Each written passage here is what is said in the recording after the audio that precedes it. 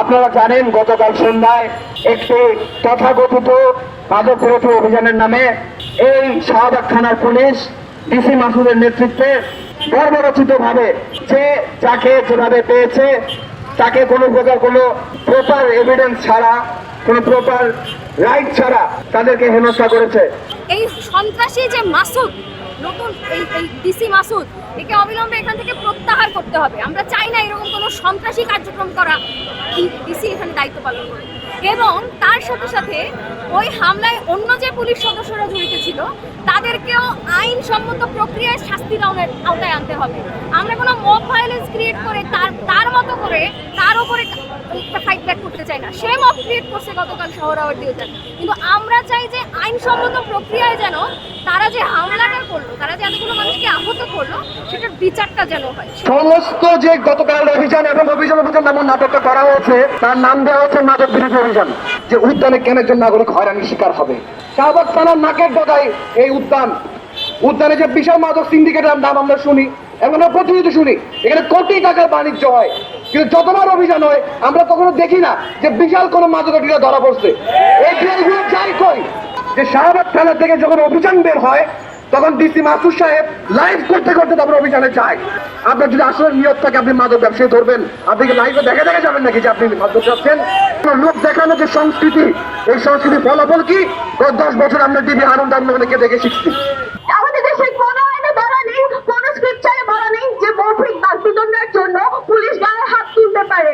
আমাদের সবার দাবি ক্যাম্পাস এরিয়ায় অযাচিত পুলিশিং বন্ধ করতে হবে। কালকের হামলায় অংশগ্রহণকারী পুলিশ সবাইকে, ডিসি মাসুদ সহ সবাইকে শাস্তির আওতায় আনতে হবে। আমাদের ক্যারিয়ার, আমাদের ক্যাম্পাস এরিয়ায় আমাদের সবার মানবাধিকার সুরক্ষা করতে হবে, আমাদের নিরাপত্তা দিতে হবে। পুলিশ শুধু ক্ষমতাসীনদের পা চাটে, আর যারা সাধারণ নাগরিক প্রত্যেকটা বার তাদের সাথে একটা আহ্বানিকার দেয়াল তারা করে রাখে। অথচ সম্পর্ক হওয়া উচিত ছিল কেমন? পুলিশ জনগণের বন্ধু হবে, পুলিশ জনসাধারণের জন্য হবে।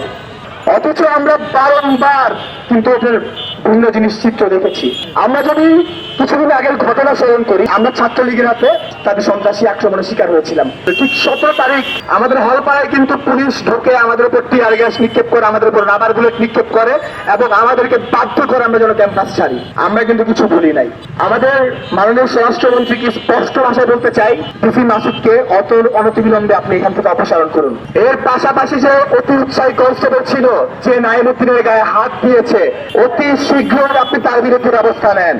আমাদের দেশের পুলিশের মেন্টালিটি যেরকম, তারা ভাবে যে তারা যে আসলে মানুষের সেবা করার জন্য আছে, তারা মানুষের ট্যাক্সের টাকায় চলছে, এই জিনিসটা তারা ভুলে যায়।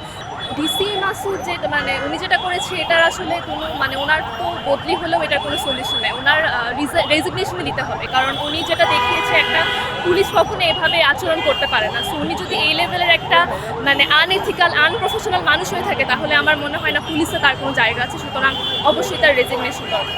নাইম ভাইয়ের উপর পুলিশ কিভাবে অতর্কিত হামলা চালিয়েছে? বাংলাদেশে রাস্তাঘাট ইউজ করা কি পাপ নাকি? এটা কি পুলিশ কিনে রাখছে? পুলিশের বাপের সম্পত্তি? সোহরাওয়ার্দী উদ্যান কি ডিসি মাসুদের বাপের সম্পত্তি নাকি? ডিসি মাসুদ সাহেবকে বলতে চাই, আর্গুমেন্ট এখনো বাকি আছে। আপনি আসেন, আর্গুমেন্ট এখনো বাকি আছে। বাংলাদেশ কারো বাপের সম্পত্তি না। বাংলাদেশ আপনার, বাংলাদেশ আমার, বাংলাদেশ সবার। এই দেশে থাকতে হলে সবাই মিলেমিশে থাকতে হবে। আপনি একা যেটা চাইবেন সেটা করতে পারবেন না। আপনি টিকটকে অনেক সেলিব্রিটি আসতেছেন, ফেসবুক রিলে আপনি খুব কাঁপাইতেছেন, ভাবতেছেন যে বিরাট বড় সেলিব্রিটি।